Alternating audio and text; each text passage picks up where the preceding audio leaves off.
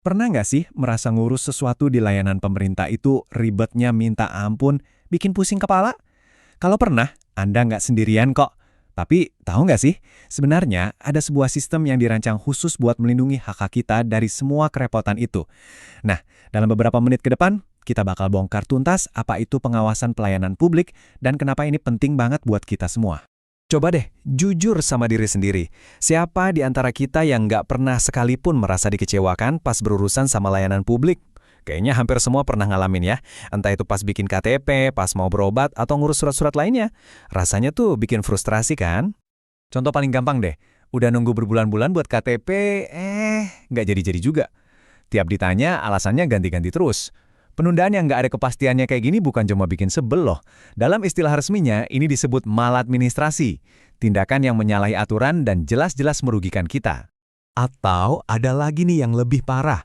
Waktu mau ngurus izin usaha, tiba-tiba ada oknum yang minta uang pelicin biar prosesnya dipercepat.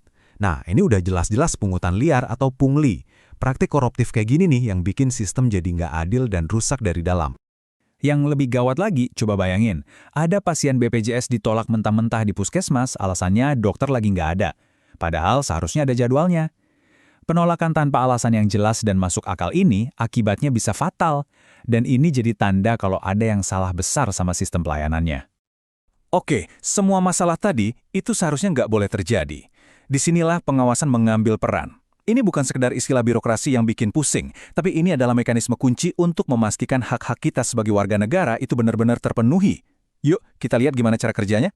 Jadi, pengawasan pelayanan publik itu apaan sih? Gini deh simpelnya. Ini adalah proses buat memantau dan juga mengevaluasi kerja instansi pemerintah. Tujuannya cuma satu, memastikan kalau layanan yang kita terima itu udah sesuai sama aturan mainnya, sesuai standar, transparan, dan pastinya nggak merugikan kita.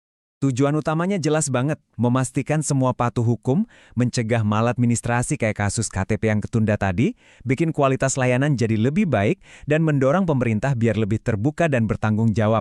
Intinya, semua ini ada biar hidup kita jadi lebih mudah dan lebih baik. Terus siapa dong yang tugasnya ngawasin ini semua? Ternyata ada dua lini pertahanan utama yang bekerja buat menjaga kualitas pelayanan publik. Mari kita kenalan sama mereka. Pertama, ada pengawas internal. Ini datang dari dalam instansi itu sendiri, contohnya inspektorat. Tapi kan, biar objektif, perlu juga ada pengawas dari luar. Nah, disinilah peran lembaga independen seperti Ombudsman RI. Dan yang gak kalah pentingnya peran kita sebagai masyarakat jadi sangat-sangat krusial.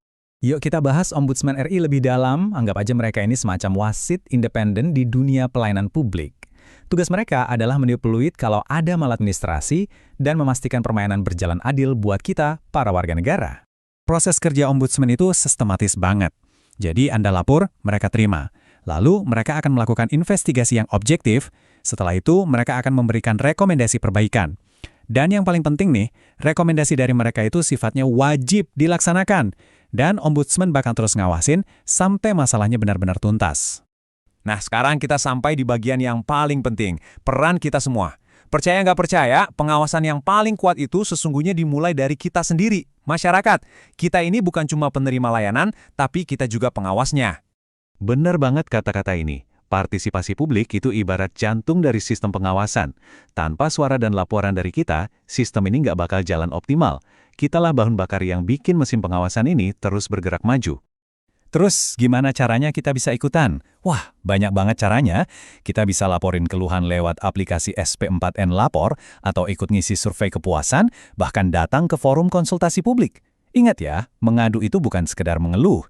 Itu adalah hak kita yang dilindungi oleh undang-undang, jadi jangan ragu buat menggunakannya.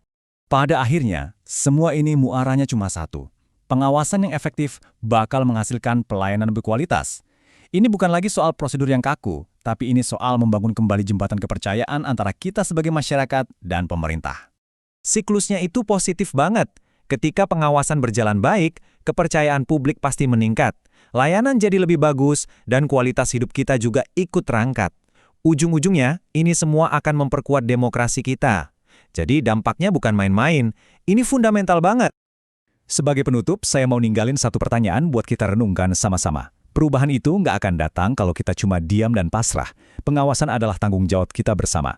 Jadi, ayo kita ambil peran aktif. Kalau bukan kita yang peduli dan mengawasi, terus siapa lagi?